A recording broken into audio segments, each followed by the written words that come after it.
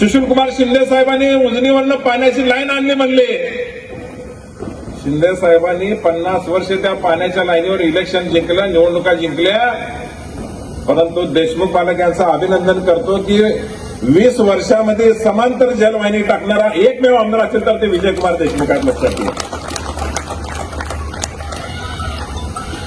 सोलापूर शहरामध्ये area base आराखडाचे smart सिटीची कामं जी झाले, 1000 कोटीपेक्षा जास्त निधी आणणारा एकमेव आमदार या ठिकाणी विजयकुमार देशमुख या ठिकाणी तुम्हाला सांगायला लागणार आहे. तुम्ही बघा जाऊन सिद्धेश्वर मंदिराच्या बाजूला वॉकिंग ट्रॅक, तुम्ही बघा जाऊन त्या बाजूचं गार्डन, ते नाईट मार्केट, कशा पद्धतीच्या सुविधा केलेल्या आहेत. अहो आपल्या सोलापूरला आज आठवड्याला 4 दिवसाला एकदा पाणी मिळतं. आज 90% काम पूर्ण झालेलं आहे. समांतर जलवाहिनीचं दुहेरी पाईपलाईन आहे ना, त्याचं 90% काम पूर्ण झालेलं आहे. 10% काम पूर्ण झाल्यानंतर जी दिवस कमी होणार आहेत त्याचा प्रयत्न करणारा खरा आमदार तर या ठिकाणी विजयकुमार देशमुख आहे. या ठिकाणी मी साक्षीदार आहे. मी मालकाच्या विरुद्ध गेल्या बारीला निवडणूक लढवली, विरोधी पक्षात होतो मी त्यांच्याबरोबर या ठिकाणी. परंतु ज्यांनी काम केलंय त्याचं नाव घेतलं पाहिजे म्हणून या कार्यक्रमाच्या मेळाव्याच्या माध्यमातून मी तुम्हाला सांगत आहे. मी डीपीटीसीच्या मीटिंगमध्ये सदस्य होतो, त्यावेळेला सुद्धा म्हणलं दत्तात्रय भरणेमामा पालकमंत्री होते. सोलापूर शहराला सर्वात जास्त निधी देणारा कोण पालकमंत्री असेल तर तो विजयकुमार देशमुख आहे. शहरातला आपला पालकमंत्री कधीच नव्हता. ग्रामीण भागातले पालकमंत्री असायचे. शहराचा निधी ग्रामीण भागात न्यायचं. ज्या दिवशी अनेक योजना असतील, अनेक योजना सोलापूर शहरामध्ये आणलेल्या.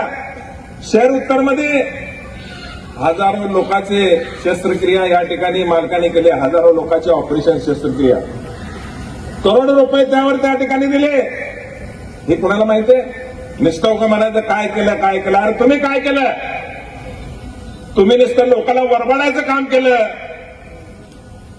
मी टीव्ही चॅनलवर मला एक गोष्ट ऐकली, देशमुख मालक एक चॅनलवर एक मुलाखत ऐकली की तुम्हाला 500 कोटीचं बजेट होतं, काय केलं? अरे दरवर्षी 1200 कोटीचं महानगरपालिकेला बजेट होतं. तुम्ही काय केलं 35 वर्षामध्ये ते मला सांगा.